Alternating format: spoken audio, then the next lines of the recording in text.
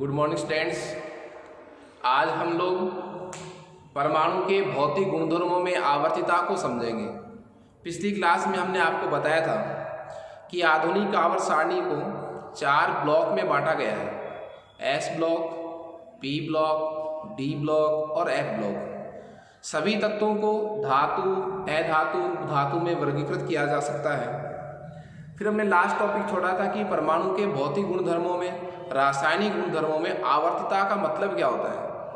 आवर्तिता का मतलब ये है कि जब हम वर्ग में ऊपर से नीचे आते हैं, वर्ग का मतलब क्या हुआ, सारणी में जो 18 वर्ग हमने पढ़े हैं, जैसे मैं बात करूं 13वें वर्ग की तो बोरोन से थीलियम तक जाने पर, 14वें वर्ग की बात करूं तो कार्बन से लेड तक जाने पर, तो वर्ग में ऊपर से नीचे जाने पर, आवर्त में बाएं से दाएं जाने पर इनके भौतिक गुणधर्मों में व रासायनिक गुणधर्मों में किस प्रकार इनके मान परिवर्तित होते हैं, ये मतलब था हमारे गुणधर्मों में आवर्तिता का। ठीक है, तो आज हम उस क्लास में परमाणु के भौतिक गुणधर्मों में आवर्तिता को समझेंगे कि परमाणु के भौतिक गुणधर्म जो हैं वो आवर्त तथा वर्ग में किस प्रकार परिवर्तित होते हैं।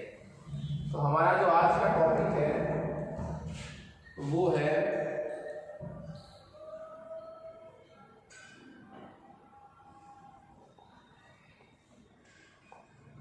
भौतिक गुणधर्मों में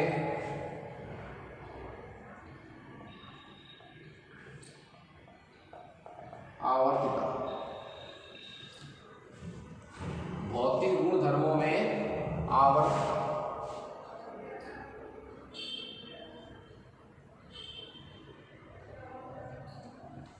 परमाणु के भौतिक गुणधर्मों में आवर्तिता में हमारा फर्स्ट 1 नंबर है, वो है परमाणु त्रिज्या।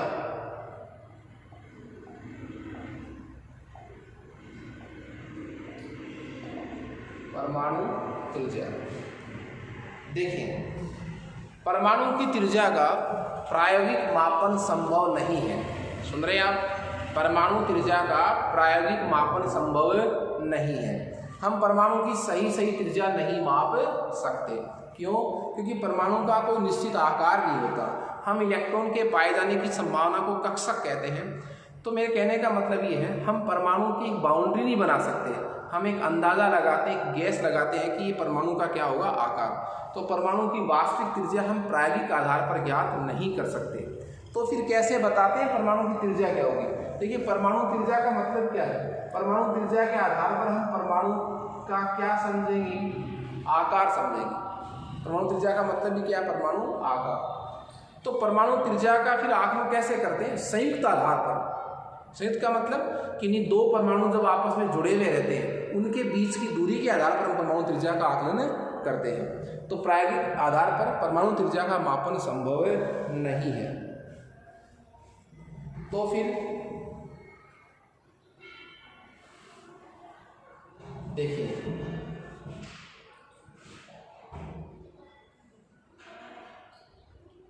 परमाणु की जो त्रिज्या है उसके 3 प्रकार होते हैं। परमाणु त्रिज्या कितने प्रकार की होती है? 3 प्रकार की। एक तो होती है सहसंयोजक त्रिज्या। सहसंयोजक त्रिज्या। सहसंयोजक त्रिज्या में क्या होगा कि इन्हीं दो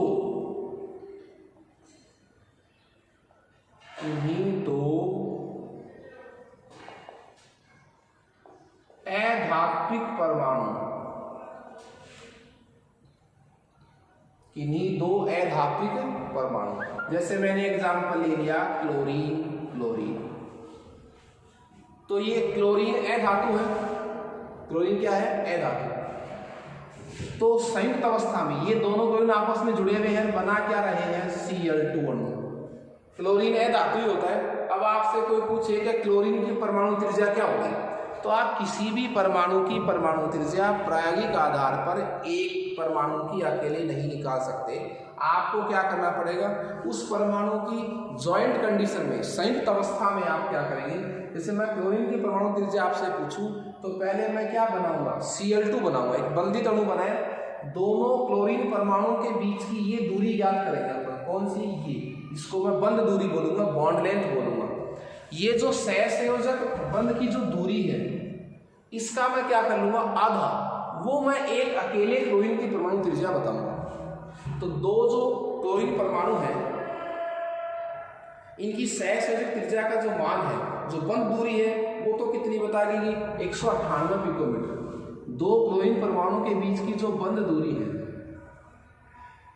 जो बंध दूरी है वो कितनी बताई गई है, 198 पिकोमीटर। 198 पिकोमीटर है साहब। क्या है 198 पिकोमीटर? दो क्लोरीन परमाणु के मध्य की सहसंयोजक बंध दूरी है। क्लियर है?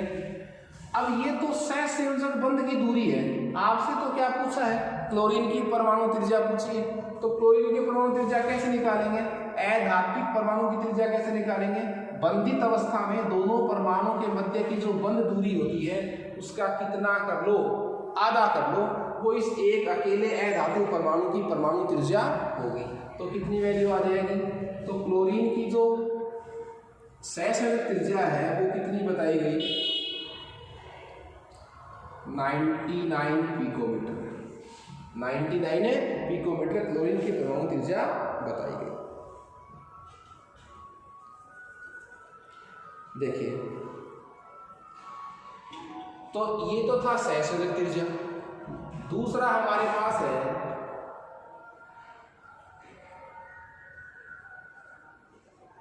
धात्विक त्रिज्या। दूसरा क्या है हमारे पास, धात्विक त्रिज्या। तो धात्विक त्रिज्या में क्या होगा, धातु के क्रिस्टल में दो पास जो संलग्न जुड़े हुए हैं, दो धातु परमाणु, उनके बीच की दूरी का आधा भाग उस अकेले धातु परमाणु की परमाणु त्रिज्या को बताएंगे। मेरे कहने का मतलब क्या हुआ कि जैसे मैं बात करूं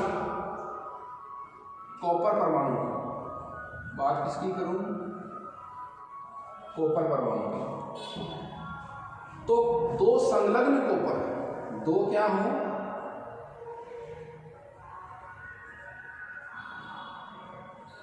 दो क्या होंगे, संलग्न कॉपर। दो संलग्न कॉपर परमाणु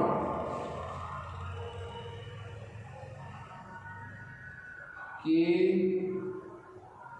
मध्य की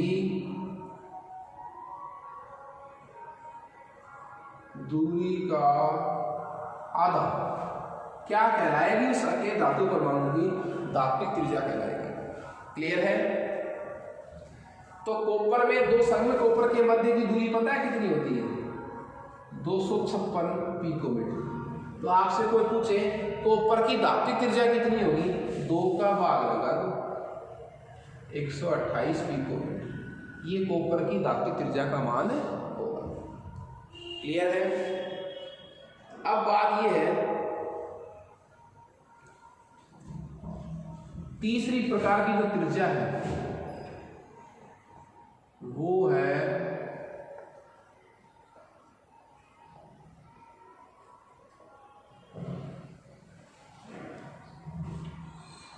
वान डेर वाल त्रिज्या। क्या है? वान डेर वाल त्रिज्या। और वान डेर वाल त्रिज्या सिर्फ हम किसके लिए मानते हैं, ये त्रिज्या हम नापते हैं ओनली किसके लिए, उत्कृष्ट गैसों के लिए। किसके लिए? उत्कृष्ट गैसों के लिए। किसको? वान डेर वाल त्रिज्या। जो वर्ग संख्या कितने में पड़े हैं, 18 के लिए। क्यों? क्योंकि वर्ग 18 के जो तत्व हैं वो अक्रिय होते हैं, वो बंध नहीं बनाते, इसलिए उन परमाणु की परमाणु त्रिज्या हम किस आधार पर मापते हैं, उनके लिए अलग ही त्रिज्या बोली गई है। क्या? वान डेर वाल त्रिज्या। क्यों? वो संयुक्त तो होते नहीं, बंधित तो होते नहीं, उनकी त्रिज्या अबंधित अवस्था में नापी जाती है। तो वान डेर वाल त्रिज्या क्या होती है, कैसे प्रकार की त्रिज्या है, जो कैसी अवस्था में है, अबंधित अवस्था में, नाभिक तथा बाह्यतम कोश के मध्य की सीधी दूरी। क्लियर है? तो उत्कृष्ट गैसों के लिए वान डेर वाल्स त्रिज्या मापते हैं। अब मेरे कहने का मतलब क्या हुआ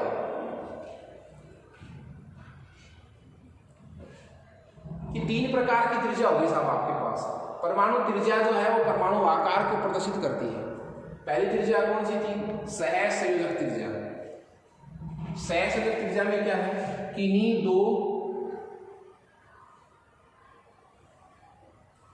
दो अधात्विक परमाणु जब बंधित अवस्था में हो तो उनके मध्य की आप बंद दूरी निकाल लीजिए, उस बंद दूरी का क्या कर दीजिए? आधा कर दीजिए, तो उस एक अकेले अधातु परमाणु की क्या आ जाएगी? त्रिज्या आ जाएगी। तो जैसे क्लोरीन की सहसंयोजक त्रिज्या निकालने के लिए हमने क्या किया? क्लोरीन की बंधित अवस्था क्या होगी?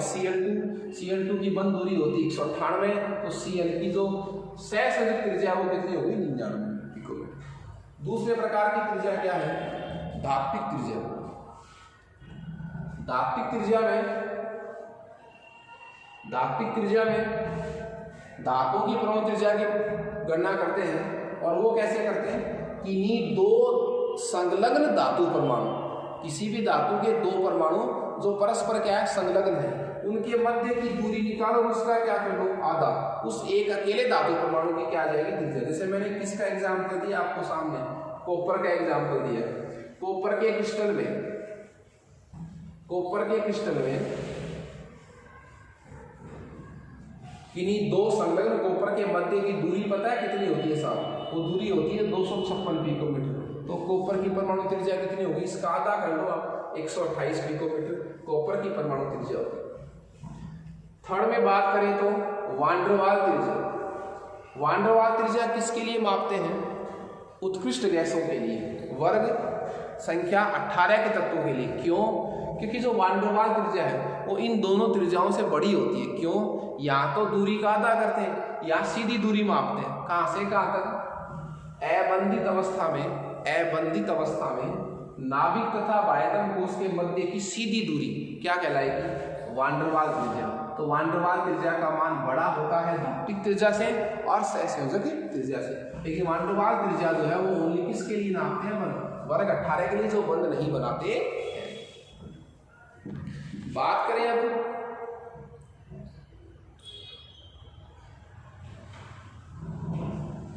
वर्ग तथा आवर्त में परिवर्तन की, तो देखिए ये तो त्रिज्या के प्रकार थे। परमाणु त्रिज्या को मैं ऐसे भी तो कह सकता हूं, मैं किसकी बात कर रहा हूं?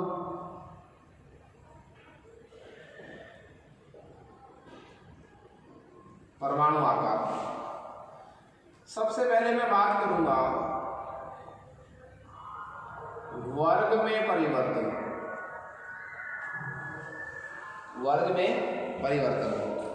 वर्ग में परमाणु त्रिज्या किस प्रकार परिवर्तित होती है, परमाणु आकार किस प्रकार परिवर्तित होता है।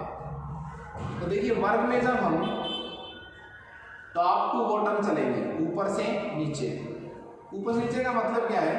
कार्बन से सिलिकॉन, सिलिकॉन से जर्मेनियम, लिथियम से बेरिलियम, बेरिलियम से मैग्नीशियम, इस तरह। लिथियम से सोडियम, सोडियम से पोटेशियम, इस तरह। तो वर्ग में जब हम टॉप टू बॉटम चलेंगे तो जो परमाणु त्रिज्या है, परमाणु जो आकार है वो बढ़ेगा।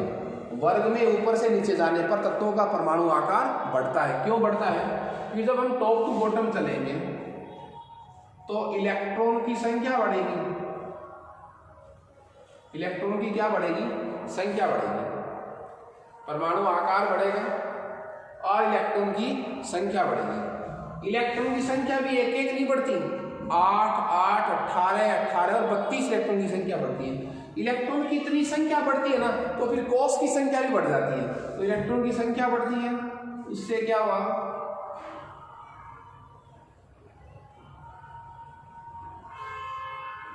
कोष की संख्या बढ़ती है, इलेक्ट्रॉन की संख्या बढ़ती है और उससे क्या बढ़ते हैं? कोष की संख्या बढ़ती है। कोष की जब संख्या बढ़ेगी तो नाभिक तथा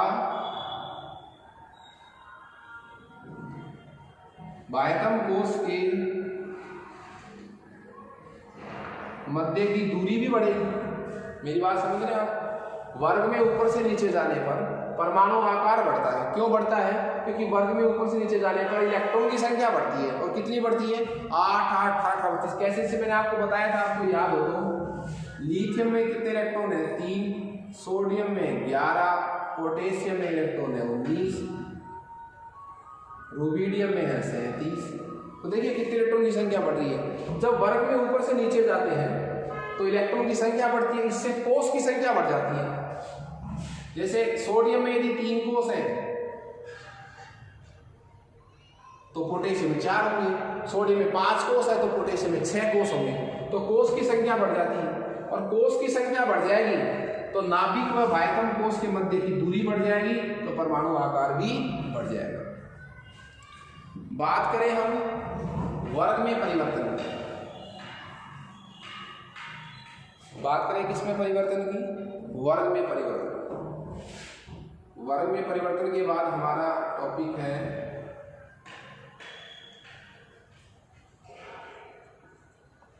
आवर्त में परिवर्तन। वर्ग में परिवर्तन और आवर्त में परिवर्तन। आवर्त में जैसे ही हम बाएं से कहां चलेंगे? दाएं। आवर्त में कहां चलेंगे? बाएं से दाएं। बाएं से दाएं चलेंगे तो आकार में क्या आएगी? कमी आएगी। सब आकार में क्या आएगी? कमी। कब? जब बाएं से दाएं का मतलब क्या हुआ?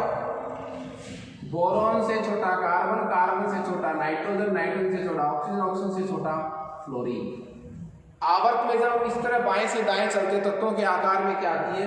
कमी आती है। वर्ग में ऊपर से नीचे जाने पर तत्वों के आकार में वृद्धि होती है। तो देखिए क्यों कमी होती है साहब? क्योंकि जब हम बाएं से दाएं चलते हैं तो इलेक्ट्रॉन की संख्या तो बढ़ती है, इलेक्ट्रॉन की संख्या बढ़ती तो है। इलेक्ट्रॉन की संख्या क्या होती है? बढ़ती है। अब इलेक्ट्रॉन की संख्या बढ़ती है, पर कितनी बढ़ती है? एक एक इलेक्ट्रॉन की संख्या बढ़ती है, एक एक इलेक्ट्रॉन बढ़ता है। तो इलेक्ट्रॉन की संख्या तो बढ़ती है, लेकिन कोष की संख्या नहीं बढ़ती। इलेक्ट्रॉन की संख्या तो बढ़ती है, पर किसकी संख्या नहीं बढ़ती? कोष की संख्या नहीं बढ़ती साहब। तो कोष की संख्या नहीं बढ़ेगी तो नाभिक तथा बाह्यतम कोष के मध्य की दूरी नहीं बढ़ेगी, तो इसका मतलब आकार नहीं बढ़ेगा। एक और रीजन हो सकता है, जब हम बाएं से दाएं जाते हैं तो आकार में कमी क्यों आती है? क्योंकि जब बाएं से दाएं जाते हैं तो इलेक्ट्रॉन की संख्या तो बढ़ती है। कितनी बढ़ती है? एक एक इलेक्ट्रॉन की संख्या बढ़ती है। कितने की बढ़ती है? एक एक इलेक्ट्रॉन की। अब एक एक इलेक्ट्रॉन की संख्या तो बढ़ती है, उससे कोष नहीं बढ़ता। कोष नहीं बढ़ता तो क्या होता है? इलेक्ट्रॉन आता है और उसी कोष में भरता जाता है। तो नाभिक के प्रभावी नाभिक के आवेश में वृद्धि होती है। मतलब नाभिक और बाह्यतम कोष के इलेक्ट्रॉन के बीच क्या बढ़ता है? आकर्षण बढ़ता है, जिससे नाभिक जो है वो बाह्यतम कोष के इलेक्ट्रॉन को अपनी तरफ खींचता है। तो दूरी में कमी आती है, त्रिज्या में क्या आएगी? कमी। आपको मैंने कम से कम इनका रिजल्ट तो ध्यान होना ही चाहिए। जैसे मैं कहूँ कि परमाणु त्रिज्या में हमने 3 प्रकार की त्रिज्याएं पढ़ी। फर्स्ट हमने पढ़ा था सहसंयोजक त्रिज्या, धात्विक त्रिज्या और वान डेर वाल त्रिज्या। ये 3 तो प्रकार थे। वान डेर वाल त्रिज्या हम उत्कृष्ट गैसों के लिए मापते हैं, बाकी के लिए अपन इन दोनों त्रिज्याओं को काम में लेते हैं। परमाणु त्रिज्या को मैं परमाणु आकार भी कह सकता हूँ। परमाणु त्रिज्या का वर्ग और आवर्त में परिवर्तन हमने पढ़ा है। वर्ग में ऊपर से नीचे जाने पर परमाणु आकार में वृद्धि होती है, क्योंकि इलेक्ट्रॉन की संख्या बढ़ती है तो कोष की संख्या बढ़ती है। कोष की संख्या बढ़ेगी तो नाभिक व बाह्यतम कोष के मध्य की दूरी बढ़ेगी। आवर्त में परिवर्तन, आवर्त में बाएं से दाएं जाने पर परमाणु आकार में कमी आती है। क्यों? क्योंकि इलेक्ट्रॉन की संख्या तो बढ़ती है, पर कितनी बढ़ती है? एक एक इलेक्ट्रॉन की संख्या बढ़ती है, इससे कोष की संख्या नहीं बढ़ती। आने वाला इलेक्ट्रॉन उसी कोष में भरता जाता है, जिससे बाह्यतम कोष व नाभिक के इलेक्ट्रॉन के मध्य आकर्षण बढ़ता है और नाभिक जो है वो बाह्यतम कोष के इलेक्ट्रॉन को अपनी तरफ खींचता है। तो आकार में क्या आती है? कमी। ये तो थी परमाणु त्रिज्या। यदि हम परमाणु त्रिज्या से इलेक्ट्रॉन का निष्कासन कर ले किसी परमाणु से तो आयन बनता है। सब क्या बनता है? आयन। तो परमाणु त्रिज्या के बाद हमारा टॉपिक क्या रहेगा? आयनिक त्रिज्या।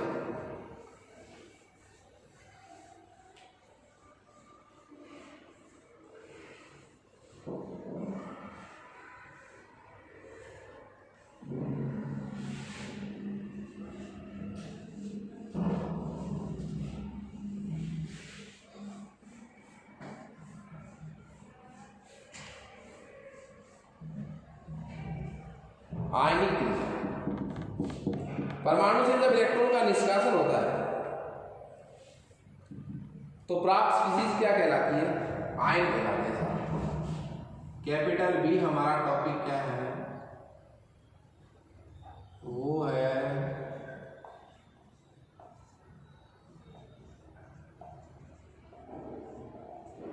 आयनिक त्रिज्या। परमाणु से आयन कैसे बनेगा? देखिए, जब परमाणु से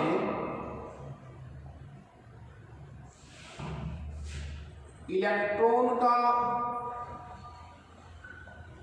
निष्कासन होगा तब तो जो बनेगा, तब तो कैसा आयन बनेगा?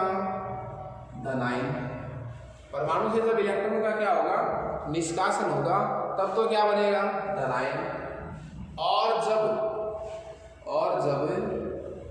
परमाणु में इलेक्ट्रॉन का योग होगा तो बनेगा ऋण आयन।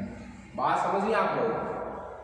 परमाणु से इलेक्ट्रॉन जाने के बाद उस पर पॉजिटिव चार्ज आता है, परमाणु में इलेक्ट्रॉन आने पर, जुड़ने पर नेगेटिव चार्ज आता है। तो प्राप्त स्पीशीज क्या कहलाती है?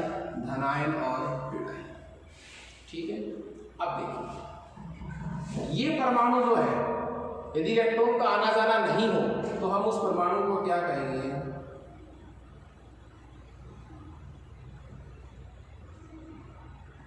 उदासीन परमाणु। क्या कहेंगे इसको? उदासीन परमाणु।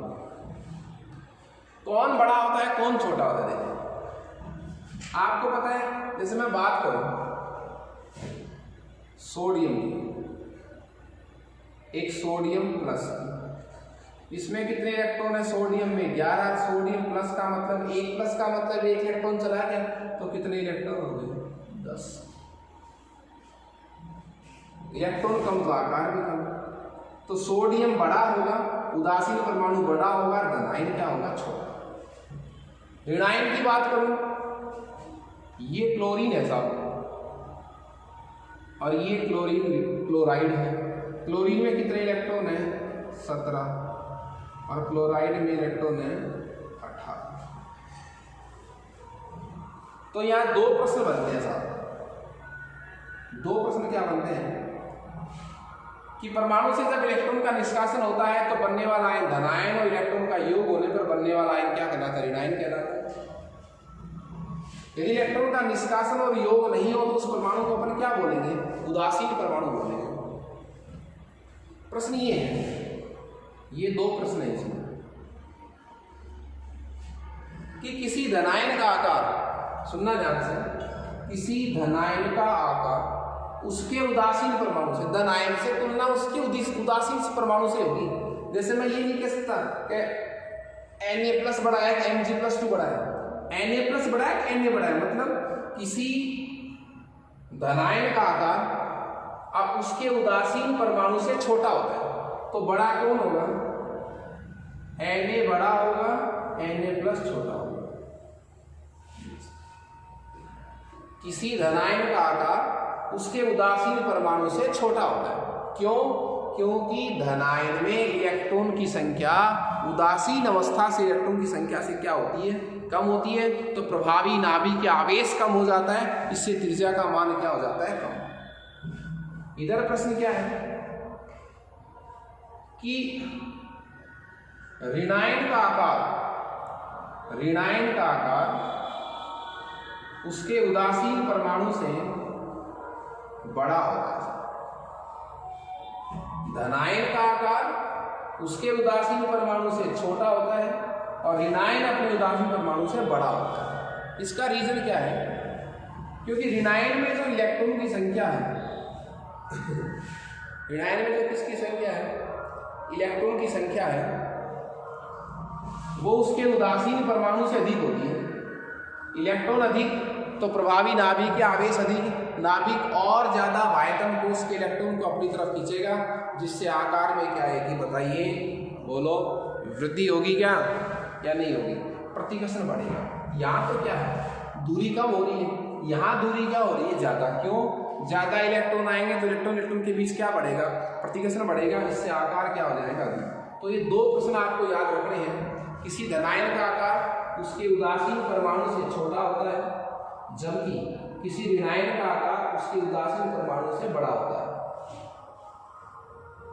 देखिए यहां से एक छोटी सी परिभाषा हम निकाल सकते हैं। सम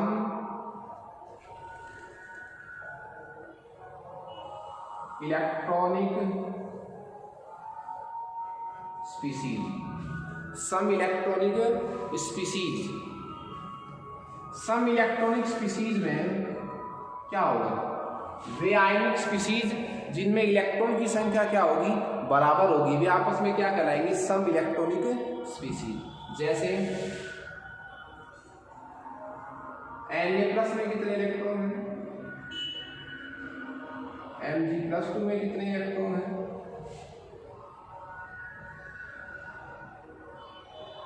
F-, देखिए Na कितने नंबर पर आता है, 11 नंबर पर, तो कितने इलेक्ट्रॉन हो गए इसमें, 10। Mg में 12 नंबर पर आता है, 12 इलेक्ट्रॉन होते हैं, 2 चले गए तो 10 इलेक्ट्रॉन। F 9 नंबर पर आता है, 9 इलेक्ट्रॉन, 1 आ गया तो 10 इलेक्ट्रॉन। ऑक्सीजन में 8 इलेक्ट्रॉन, 8 तो 10 इलेक्ट्रॉन। ये सारी स्पीसीज क्या है, सम इलेक्ट्रॉनिक स्पीसीज है। और सम इलेक्ट्रॉनिक स्पीसीज जो है इन सब में इलेक्ट्रॉन की संख्या कितनी है, 10-10, पर इनकी जो आयनिक त्रिज्या है वो क्या होगी, भिन्न भिन्न होगी। साहब इनकी आयनिक त्रिज्या क्या होगी, भिन्न भिन्न। क्यों, इनमें जो प्रतिकर्षण है वो भी क्या है, भिन्न भिन्न है। इनका जो नाभिक आवेश है वो अलग अलग है। इनका जो क्या अलग अलग है, नाभिक आवेश +1 +2 -1 -2 आवेश अलग अलग है, इसलिए इनकी त्रिज्या का मान भी क्या होगा, अलग अलग होगा। अब आपसे कोई पूछे कि एल्यूमिनियम बड़ा कि एल्यूमिनियम +3, तो मैंने आपको बताया था किसी धनायन का आकार उसके उदासीन परमाणु से छोटा होता है, धनायन छोटा होगा, एल्यूमिनियम बड़ा होगा। तो ये 2 टॉपिक थे, परमाणु त्रिज्या और आयनिक त्रिज्या। इसके जस्ट बाद वेरी इंपॉर्टेंट टॉपिक हम पढ़ने जा रहे हैं और वो है आयनन ऊर्जा।